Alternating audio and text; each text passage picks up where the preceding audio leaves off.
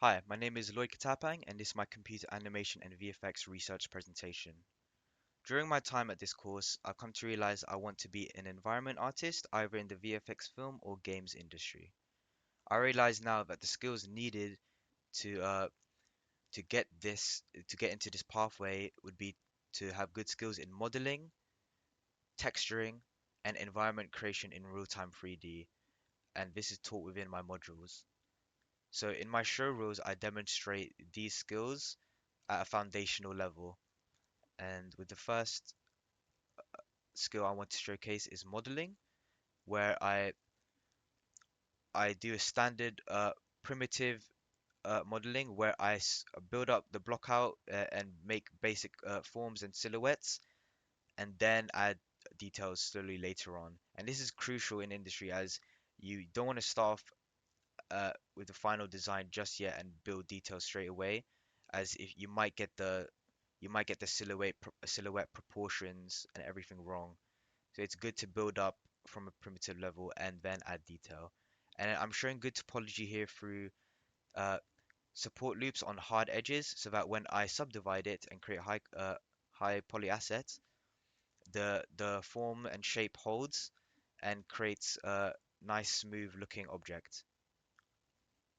I then look at UV mapping where I look at making sure that the UV islands are relative to its world scale or the object scale, and this is important in industry as I want the I want the larger surface to have uh, more texture resolution or detail than the smaller object, which may not be seen. So this is a good skill to have and a good principle to follow when it comes to UV mapping and in industry.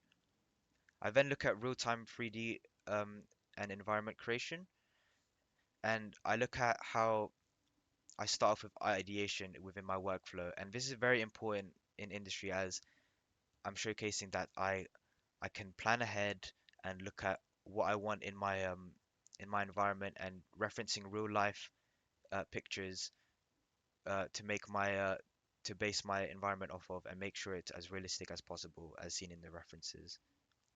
I then move on to ideation again, where I showcase foundational skills in being able to rapidly adapt and refine my block out by using primitive shapes for my environment at the start.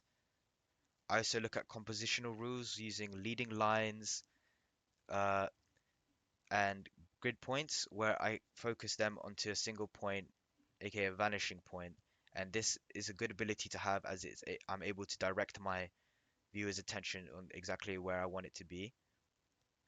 I also look at material creation within Unreal Engine 5, and I feel like this is a great skill to have because it stops my static environment from looking lifeless, and having dynamic moving materials is able to make my environment look alive. I then look at my self-study on an environment I created using modular kits, further reinforcing my modeling abilities. And this time I use modular kits where I'm able to create and adapt an environment easily by being able to combine and kit bash components together. Also, it's a good skill I'm demonstrating here is not working non-destructively and having good name conventions, which is important in industry because you're working as a team, and if everything is named uh, inappropriately or it just is a mess, then your team might not be able to work with it. So having good naming conventions is important.